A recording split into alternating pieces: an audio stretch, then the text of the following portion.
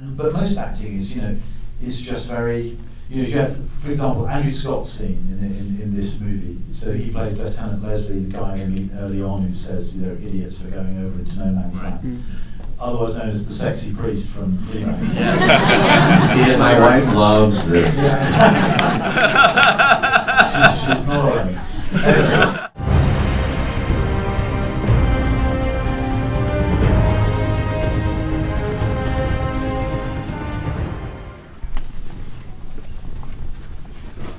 Okay, it's a credits roll by. Hi, my name is Pete Hammond, and I'm going to moderate tonight. And I hope you all enjoyed 1917. It's an amazing movie. This is an amazing movie, and you are so lucky to be here tonight. That we are so happy here at Landmark Theaters and Universal Pictures making this possible. First off, I want to introduce you to the two stars of the film, Dean-Charles Chapman.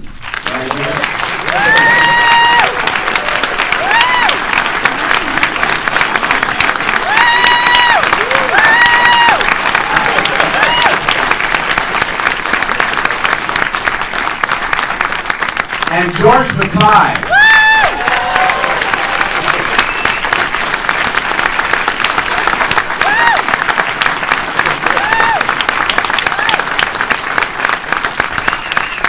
And he's such an extraordinary director. This actually is the first screenplay he's also written too, and he did a great job with this with his co-writer. An Academy Award-winning director of so many great movies. Please welcome Sam Mendes.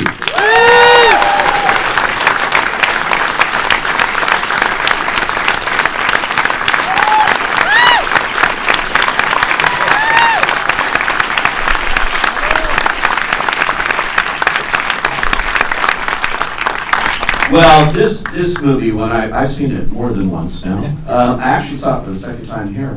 I said they were having a little event, and I said, I'm going to stay and watch this again. This is a movie you can see so many different things when you see it multiple times.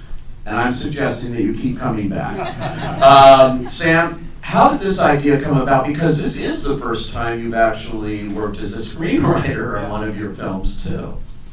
Yeah, I guess I just wanted to make the journey between my head and the audience as short as possible. I know that sounds kind of banal in a way, but sometimes as a director, it feels like you're having to explain yourself the whole time to writers, and because the nature of this movie is in many ways non-verbal, there's not a huge amount of dialogue, a lot of it is image, and because I wanted to write something that I knew was 2 hours of real time. And ultimately, very quickly after that, I decided it would be one shot. So I felt like I was capable of writing this, perhaps a more complex screenplay, layered subplots, that sort of thing. I would have felt a little bit more hesitant, but I just felt like I had it in me to put this down. And it was also partly that it was based on, as you saw from the dedication at the end, it's based on stories my grandfather, Alfred Mendes, told us. And he fought in the war from 1916 to 1918. He enlisted as a 17-year-old. And he told nobody of what happened to him until he was in his 70s. And it was his grandchildren that he told. So for me, it was very personal. Wow, yeah. And I felt that somehow I owed it to him to try and retell the stories in my way, even though it's not really about him. He told one story about carrying a message across no man's land that was the starting point for the movie. But then the story we created was entirely different. So George is not playing my grandfather, but the movie would not have happened without my grandfather. It was because of him that I wrote it, and because of the stories that he told us. This is it, yeah. Well, it's a great tribute to him, whether it's his exact story or not. It's the story of many, I think, here. And I was at an event here. Steven Spielberg's involved in this film, DreamWorks, who I think he said their very first Oscar was American Beauty, his company that you directed. And he was talking about this film and really relating to it, but he said it was brought to him by you, and he said, yeah, I read the script and everything, and then you said something to him and said, oh, by the way, I want to do it in one shot. And he goes, what? It's like a epic. This is not Birdman. This is. Was that what happened? Yeah, pretty much. The thing is, I felt like I wanted to trap the audience with the characters, and I know that sounds again quite simplistic, but you begin to once you begin to intuit, even if you're not consciously thinking this is one shot, you begin to feel like you're not going to cut. You begin to experience time as the characters are experiencing time. You begin to experience distance in the way that they do, physical difficulty in the way that they do. And for me, with these boys, I was encouraging them to live it as much as to act it. And so it seemed like a natural way to do it if we could. But then, of course, you've got to get a master cinematographer, and Roger Deakins, to my mind, is one or two greatest living cinematographers. Who you've worked with a few times. And I had worked with him, and I felt like, although Roger, stylistically, is not given to using a lot of moving camera shots, so I knew it would be quite a challenge for him. He thinks in quite static images sometimes. He likes storyboarding. But I felt like, I don't know, I felt from the very beginning that was how we should tell the story. And once I'd explained it, I mean, I think as a director, you have to answer the question why a lot. In many ways, it's your biggest job. Yeah. Well, why do you want me to play this part? Well, here's why. Why do you want me to write this script? Why are we setting it in the casino? Why are we going to this country? Why are we doing it here? And there was a big why that I had to answer straight off here. So Spielberg said, well, why one shot? And I gave him a version of what I've just given you, maybe a little longer and a little bit more complex, but that was it. And a lot of directing is explaining what you need and why it has to be that way. Being a director, there's nothing. I don't have a certificate, right, that says I am a director. Yeah. These gentlemen are trained. They've been to drama school, and I did no training.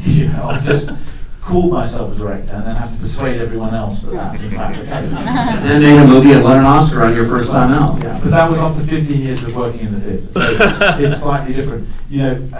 But anyway, so for me it was just another, when someone like Stephen says why, and you convince him, then if you think, well, I can convince Spielberg, I can convince anyone. You know what interests me, what you just said? But I was a theater director for 15 years, and this movie definitely needs a theater director for a lot of what you're doing, those sustained shots and everything else. A lot of it is theater.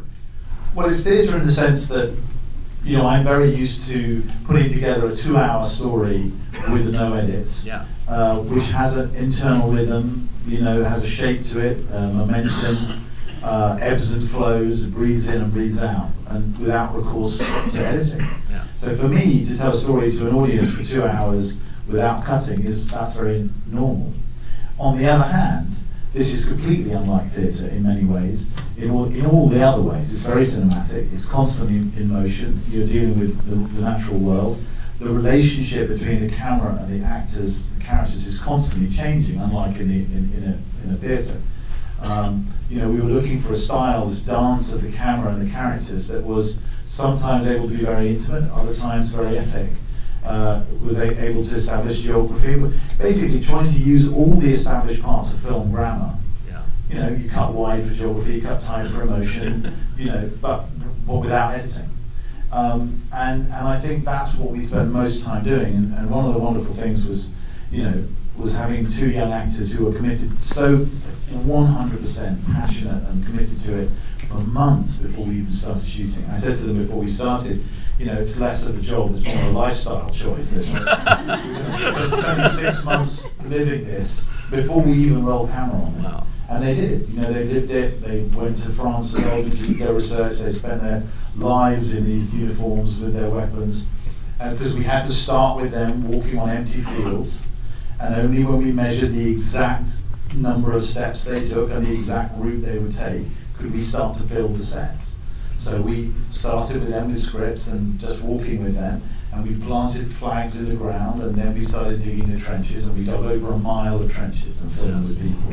And then Dennis Gassner's production design is extraordinary, and people don't realize that is production design. That whole thing you're looking at in the fields and all of that. Yeah, absolutely. I mean, and you've got no man's land, and you've got a natural world that's actually designed.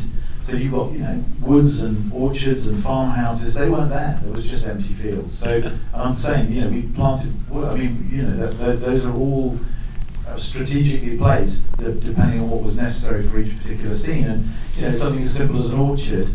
The boys have a conversation in the orchard. It has to be exactly the length of the scene. It can't be any longer. It can't be any shorter. If it's any shorter, they have to go so slowly it seems unrealistic. In terms of walking, if it's any longer, they have 100 yards still to go before the end, and the dialogue was run out. But that, for me, that started, I worked that out when we did Skyfall. If any of the people in here saw that, Javier Bardem's first speech is one shot. And we constructed this set on stage at Pinewood to be the exact length of the speech. So it started with me actually walking up and down in an empty studio and working out how the speed at which I thought he would be moving, and then building the set for the speech. And that set me thinking, well, if I can do that, maybe we can build an entire journey for a script. So everything came from these guys. Everything came from inside out. And in that respect, it's also like the theatre. Isn't that amazing? They're probably shocked to hear this all started with a James Bond movie. These two actors are extraordinary.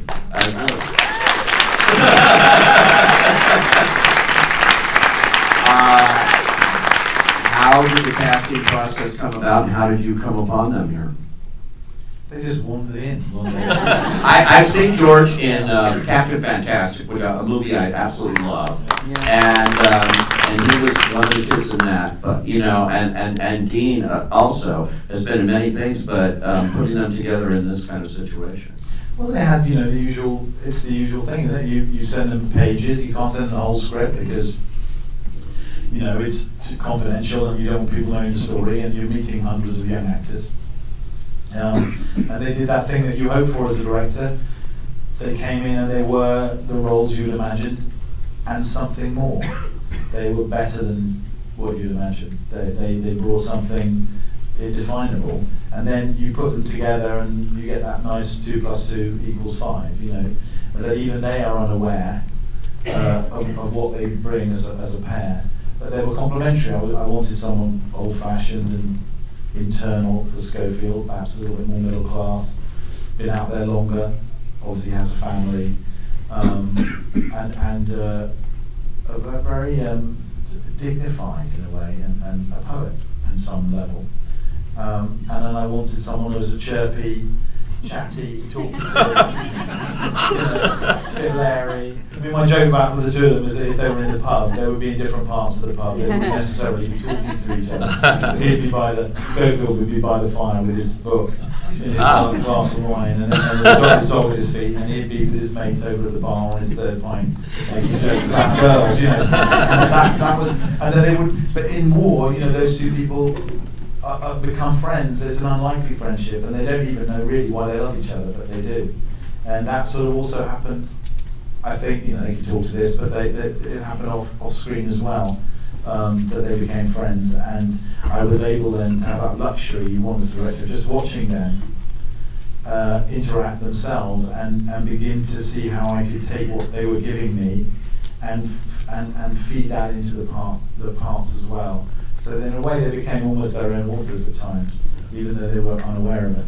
It's amazing. George, what was this like working in this kind of role, which I think is, I'm going to guess, probably unlike anything you've done before in movies?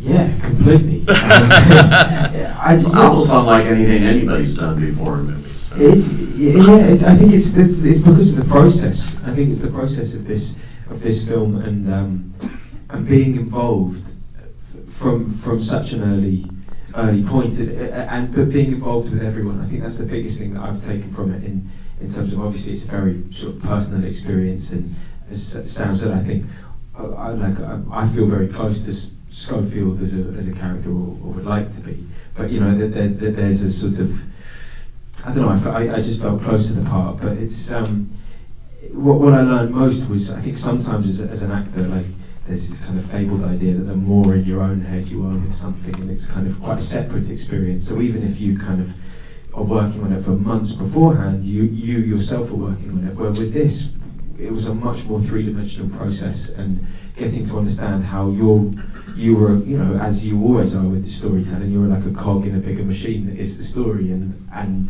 just being much more aware of all the other cogs was really healthy and really beneficial, and how you can all facilitate each other and work with each other. And that's like a process I've never had before. Sometimes some jobs have been intense in a more singular way. Sometimes they've been very collaborative, but therefore slightly vague. Where this was just perfect.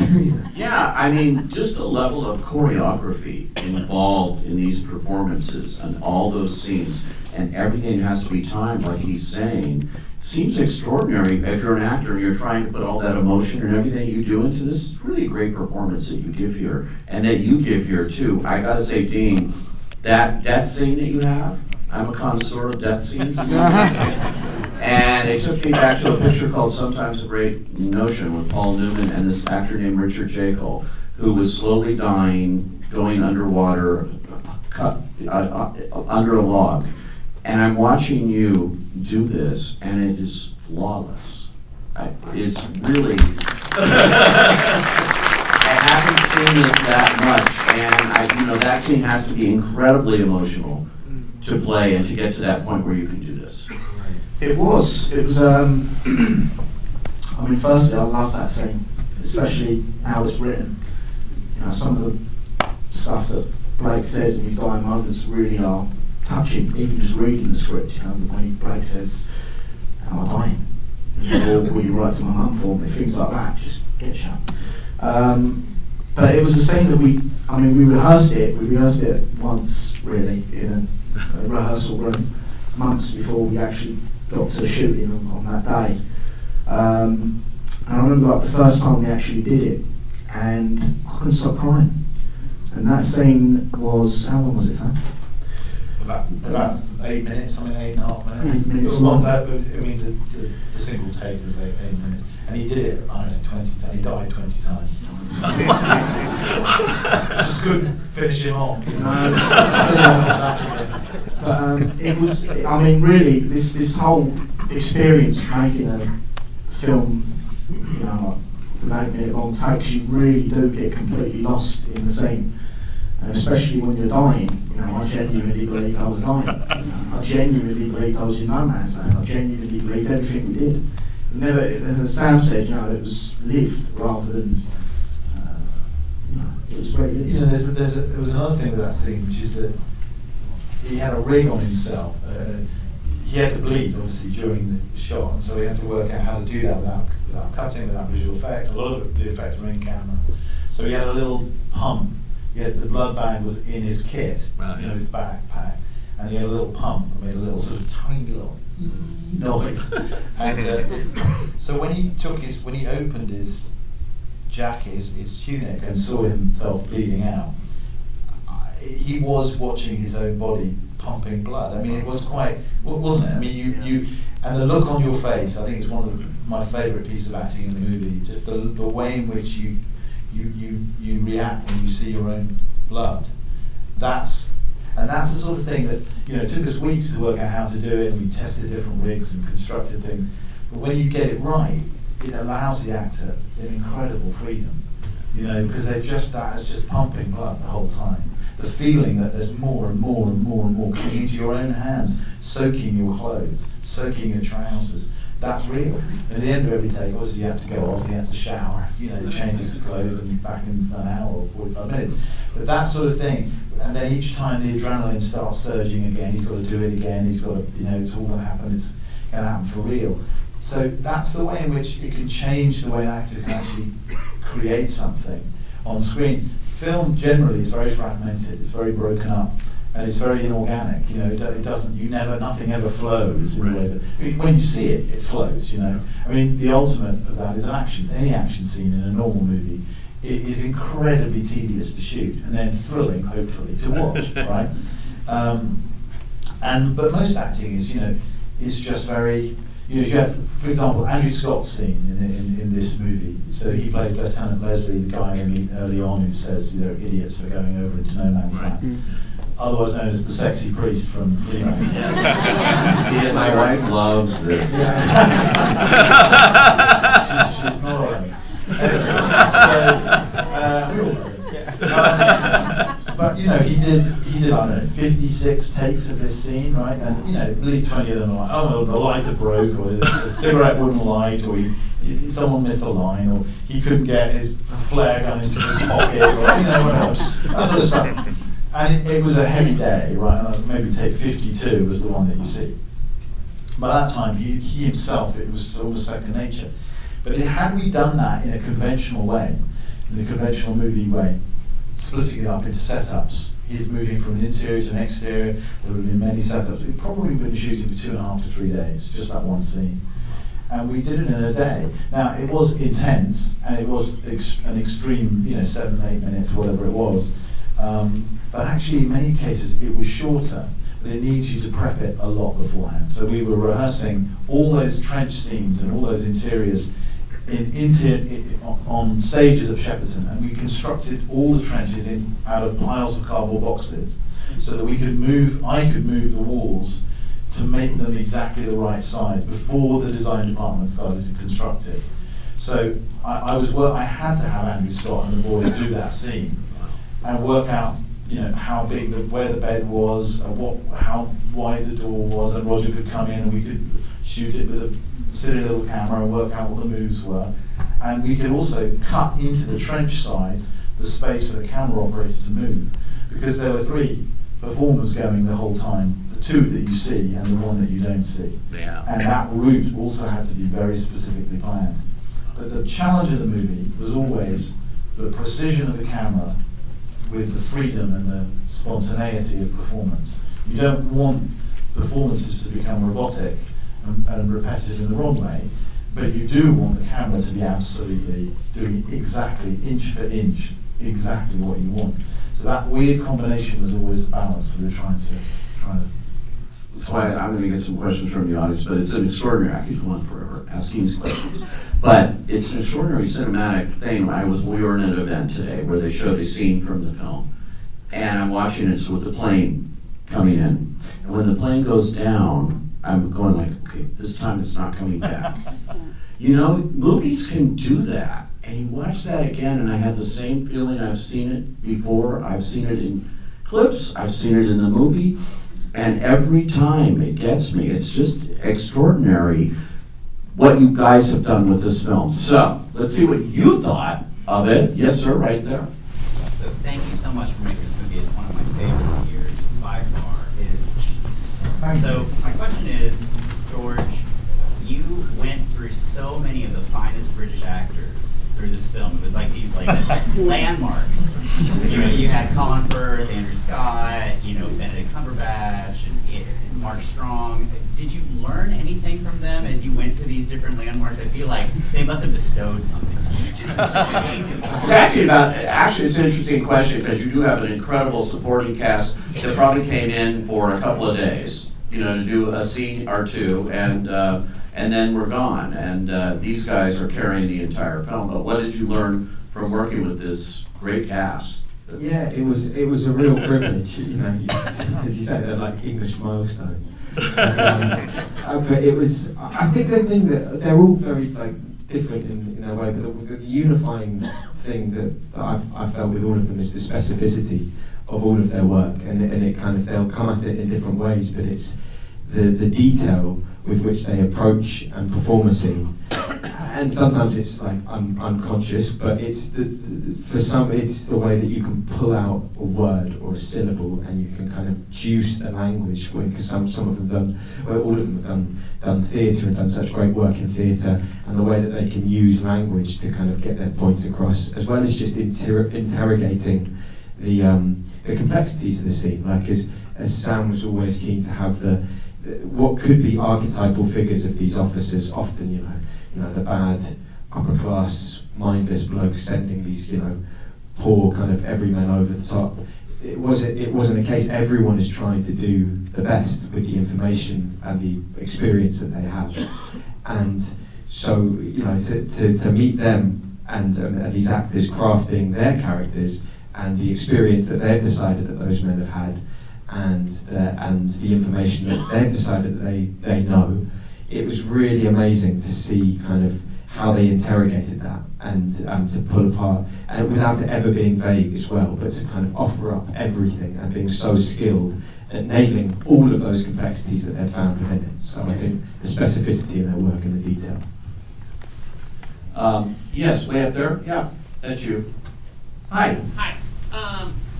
How in the world did you edit this movie? I know there's a ton of takes. What editing? How did he edit? He didn't edit it. It's a guy named Lee Smith, who's an incredible editor, Dunkirk and many other things. And talk about the editing here, because people don't think it's edited. Yeah, it depends what you mean by edited. This is the thing. In technical terms, it's several long takes strung together. There are points where one shot is blended with another. Sometimes it's a stitch, sometimes it's a blend, sometimes it's a morph. Sometimes it's literally a simple foreground wipe. Someone walks across the frame. One side is the A side of the shot, and the one take, and on the other side of the wipe is another take. And as they work, as the person crosses frame, it's just like a wipe. So sometimes it's very, very simple, and it's really straightforward. And other times, even filmmakers who are friends of mine, like, how the fuck did you do that? What, the plane crash, for example. Yeah. I mean, people who, what point does it become real? I'm not going to tell you.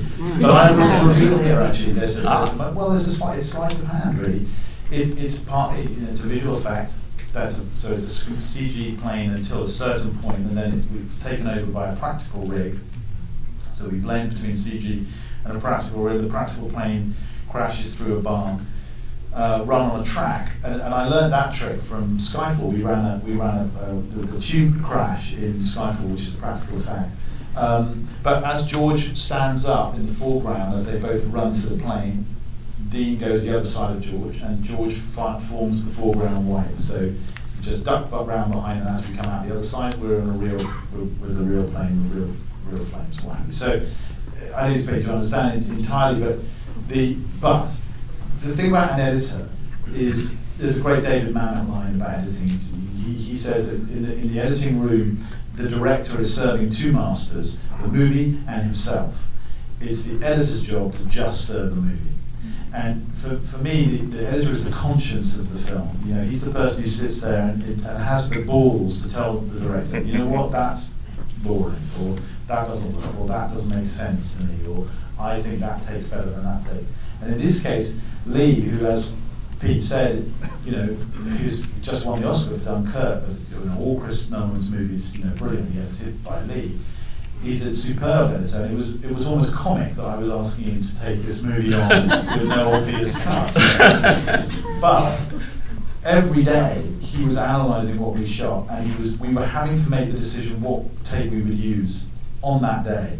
So he was telling me, look, I know the director's instinct is if you have, let's say, 28 takes, you almost always go for take 28, 27, or 26, basically, as long as they're not problematic.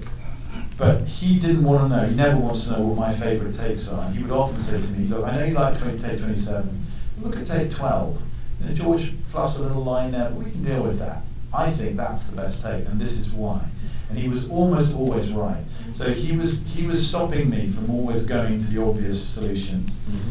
He was putting music on, he was putting sound together, he was stitching it together and feeding it back to me straight away, so I could begin to judge whether I could take the time I needed to take for the next section of the film, because this movie was emerging out of the mist very, very quickly.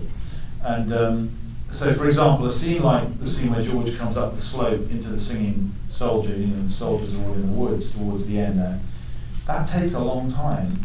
I wanted it to take a long time, but I needed, in a way, it's much more difficult to summon up the courage to do a scene like that in a movie like this than it is a big action sequence or big explosions, or because it needed to take its time. And I had the courage to do it at that tempo because I'd seen the movie up to that point. Yeah. Everything was stitched together, and we shot mostly in sequence. You had to do the editing essentially while you were making the movie. Yeah. You couldn't do it in post like normal. There was no way out. There was no way out. If it was, we had to get it right on the day. Wow, it's amazing. Okay, right here, sure. Mr. Mendes, a quick question. Really like the picture. Could you talk a little bit about your writing process for the first half of it? And was it always a conscious choice to have it deserted? Because that's my favorite part of it.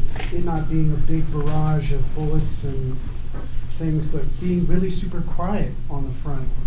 Are you talking about the very beginning? So the question about the writing of the picture. Are you talking about the very beginning of the picture? Yes. Yeah. And he also has a copy of Film Comment on his lap, so it means he's really super smart. Or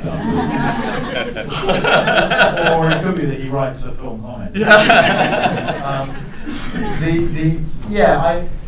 The music of the movie was very clear to me. I felt like it needed to come full circle. It starts with Schofield leaning against the tree. It ends with him leaning against the tree. It starts with an image of kind of bucolic, landscape, peace, bird song, and it ends with that similar landscape. And I felt like, there's one way of expressing what's happened on a journey is to take a figure at the beginning and a figure at the end in almost identical pose, and it makes you contrast everything that's happened to them in that very short space of time. So I felt that as a shape was a very beautiful shape, and shape is the thing that I kept returning to, that feeling of a piece of music, to be absolutely crude about it. I didn't want, a slow piece followed by a faster piece. The movie needed to breathe in and breathe out and have its own rhythm. But also I was very struck when you research the First World War, it's very, very compressed. The field of conflict was very, very narrow. Millions of people lost their lives in one strip of land, which was no man's land. In some cases, like the Somme, I think it's 900,000 people in a day. Unimaginable. And yet, even though it was a war, the beginning of the industrial warfare, the beginnings of the first war with tanks, the first war with machine guns, it was also, there was no commensurate development in communication. In other words, you could shoot a man at 1,000 yards with a machine gun, but you couldn't speak to a man 20 yards away, because there was no way of communicating. So it's a sort of perfect storm of horror, in a way. And what I was very struck by when you read the first-person accounts on which most of the screenplay was based, was the degree to which people did not know what was happening 200 yards away. 200 yards is as good as 200 miles in the First World War. They just didn't know. You couldn't get any messages. And this is a movie about someone carrying a message into the unknown. Therefore, you can't know what's around the next corner. The movie depends on it. It's almost a horror movie trope. You know that you don't want to go around that next corner. You're terrified what you're going to find, but you have to. So that tension is constantly there. But there was we did a lot of our prep was we had a lot of photographs from the First World War, original photographs, and one of the ones that Roger Deakins and I were most obsessed with was there were three lads that were sitting around a picnic, or they were having lunch, and about 30 yards away was a small pile of bodies. And it wasn't that they were being disrespectful, it was just normal for them. The sense in which they sat next to the dead, they lived hand in hand with the dead, and that those two people were very close. I was very struck by the fact that people were having baths and eating in fields with cornflowers in the spring of 1917, and 200 yards away were piles of unburied men, piles of them, none of whom found graves. And so that I suppose was what I was trying to find a way to express.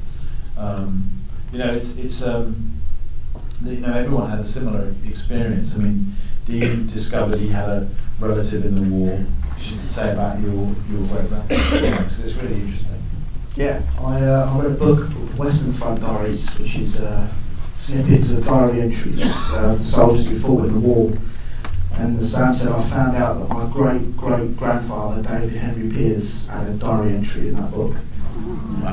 He talks about how he fought in the cavalry. He was shot when he was out in no man's land one day and was instantly paralysed and was basically bleeding out for 4 days trying to survive in no man's land. Long story short, he survived the war and he worked in the first poppy factory that opened in Richmond in London until he died. But I probably wouldn't have found that out unless I had the opportunity to ask and look into the First World War. So I'm very thankful that I did. It's amazing. It's a remarkable film. Today, Roger Deakins was nominated for the ASC Award Cinematographer. Very important award. It's being nominated right and left. Thank you so much, guys, for coming out here and sharing the secrets behind 1917. Thank you.